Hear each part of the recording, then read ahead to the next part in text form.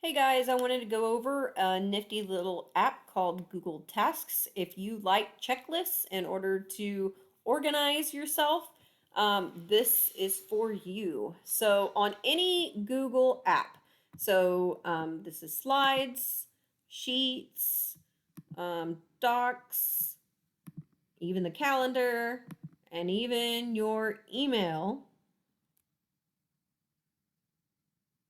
I have a bunch, I'm sorry.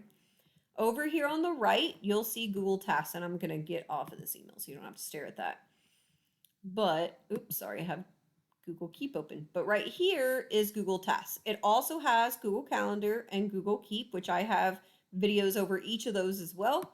But for today, we're going to talk about Google Tasks. Tasks does not have a main site. So Google Keep is different, and it does have an online site like this, where it looks like any of your other Google things. Tasks doesn't, and that's mainly because it's just a checklist. It's a huge checklist that you can create.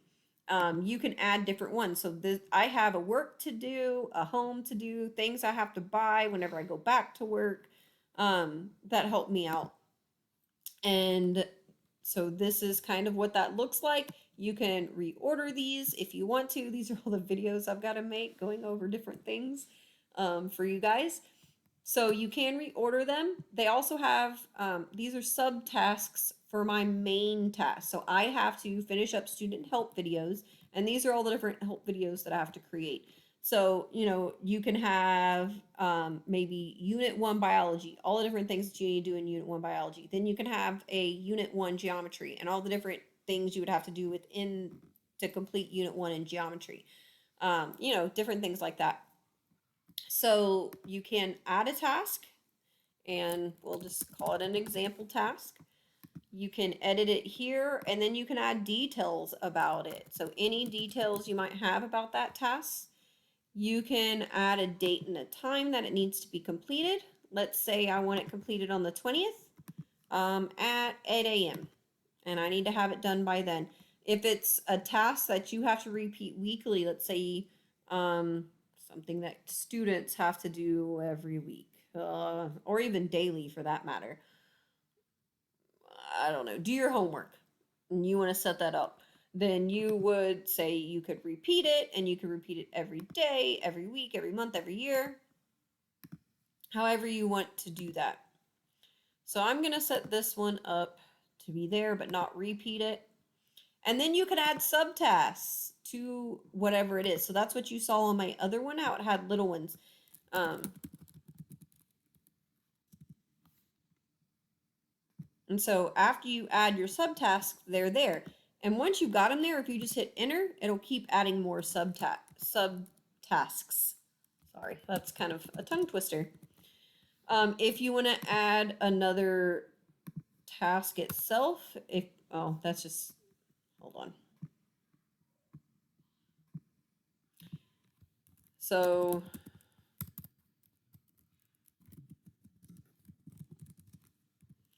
if you're within the task itself and it doesn't have subtasks already, if you just hit enter, it'll add another one to you. Like that.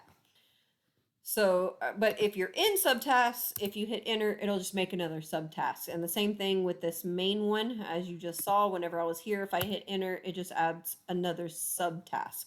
And all you have to do is click on these and drag them around, and you can reorder them if you want to.